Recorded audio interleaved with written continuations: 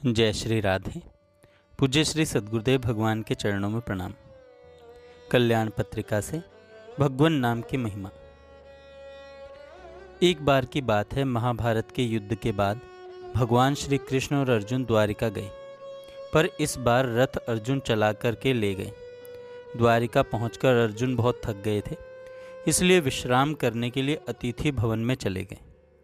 संध्या के समय रुक्मिणी जी ने श्री कृष्ण को भोजन परोसा तो श्री कृष्ण बोले, घर में अतिथि आए हुए हैं, हम उनके बिना भोजन कैसे कर लें।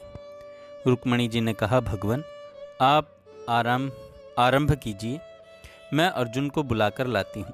जैसे ही रुक्मिणी जी वहाँ पहुँची तो उन्होंने देखा कि अर्जुन सोए हुए हैं और उनके रोम रोम से कृष्ण नाम की ध्वनि प्रस्फुटित हो रही है। तो ये जगाना तो भूल गई और मंद मंद स्वर में ताली बजाने लगी। इधर नारद जी ने श्री कृष्ण से कहा आकर, भगवान भोग ठंडा हो रहा है। श्री कृष्ण बोले, अतिथि के बिना हम नहीं करेंगे। नारद जी बोले, मैं बुलाकर लाता हूँ। नारद जी ने वहाँ का दृश्य देखा तो ये भी जगाना भूल गए और इन्होंने वीणा बजाना शुरू कर दिया। इधर सत्यभामा जी बोली, प्रभु भोग ठंडा हो रहा है, आप प्रारंभ तो करिए। भगवान बोले, हम अतिथि के बिना नहीं कर सकते। सत्यभामा जी बोली, मैं बुला कर लाती हूँ। ये वहाँ पहुँची तो इन्होंने देखा कि अर्जुन जी सोए हुए हैं और उनका रोम रोम कृष्ण नाम का कीर्तन कर रहा है और रुक्मिणी जी ताली बजा रही हैं, नारद जी वीणा बजा रहे हैं। तो ये भी जगाना भूल गई और इन्होंने नाचना शुरू कर दिया। इधर भगवान बोले, सब बोल के जाते हैं भोग ठंडा हो रहा है, पर हमारी चिंता किसी को नहीं है। चलकर देखता हूँ ऐसा वहाँ क्या हो रहा है जो सब हमको भूल गए। प्रभु ने वहाँ जाकर देखा तो वहाँ तो स्वर लहरी चल रही थी।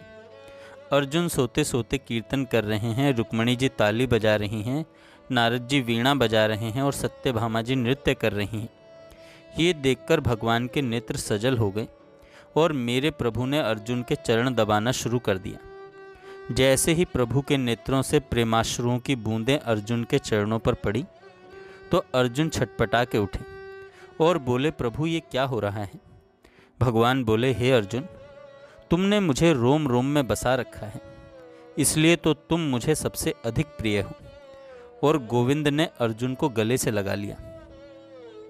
लीलाधारी तेरी लीला, भक्त भी तू, भगवान भी तू, करने वाला भी तू, कराने वाला भी तू। बोली भक्त और भगवान की जय। इसमें कारण यह है कि जिसका जो इष्ट होता है वह उसी का नाम जपता है, तो वह नाम भीतर बैठ करके रग रग में होने लगता है। उनकी वह लगन है, वे उसी में तल्लीन हो जाते हैं। मन बुद्धि इंद्रियां नाम में लग गईं, प्राण उसमें लग गए, पूरे शरीर में नाम जप होने लगा।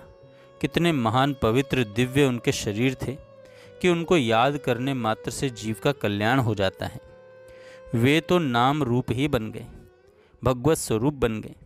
नारद जी महाराज अपने भक्ति सूत्र में लिखते हैं कि भगवान और भगवान के जनों में भेद नहीं होता, क्योंकि वे उनके हैं, उस परमात्मा के अर्पित हो गए हैं। जैसे आग में काठ रखो तो अंगार बनकर चमकने लगेगा, काला से काला कोयला आग में रख दो तो वह भी चमकने लगेगा, पत्थर का टुकड़ा आग में रख दो तो वह भी चमकने लगेगा। यह क्या है? यह आग का प्रभाव है। जब एक भौतिक वस्तु में भी इतनी सामर्थ्य है कि वह काठ पत्थर आदि को चमका दे, तो फिर यह तो भगवान का नाम है।